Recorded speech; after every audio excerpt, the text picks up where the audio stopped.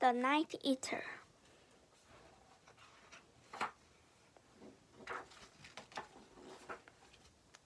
At the edge of every day, the Night Eater ran behind the moon. And as he ran, the Night Eater grabbed a gobble of the darkness. When he stopped, his friend continued on without him. And he rested on the top of the highest mountain.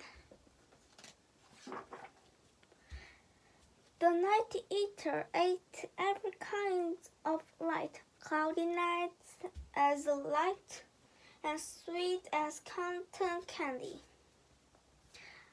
a deep black nights and taste like butter chocolates. His favorite kind of night was a bright and clear. The stars were like bubbles of gases tingling his nose as they went down.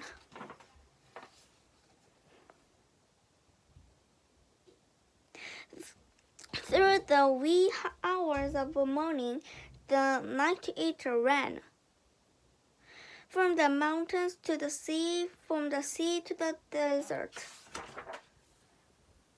leaving his friend the sun the pleasure of saying good morning to everyone.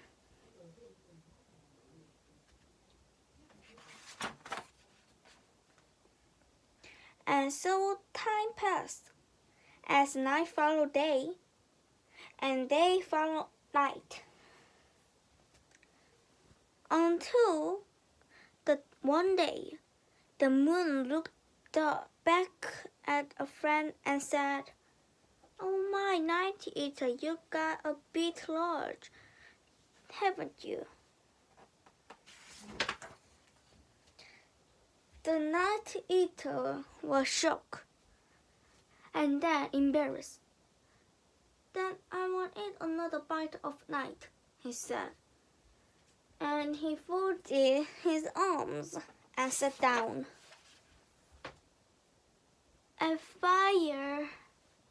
At forest, it wasn't a problem. People walk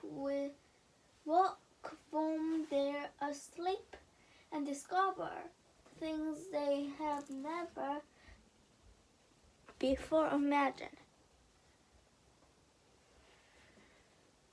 Nocturnal animals and perfume flowers. Rose petals open only at night. But after a while, without the sun, it got cold.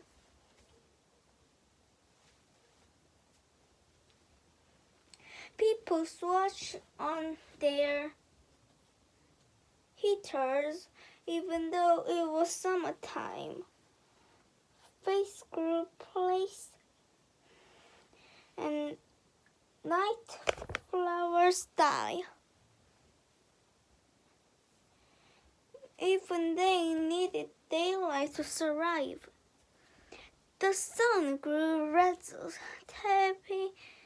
tapped behind the mountain, and the moon grew tired of shining his weak light. Children looked up at the sky and cried, "Where's the Night Eater? Why won't he come?" The Night Eater opened his mouth to answer, and in sleep of silver of stars, it was so good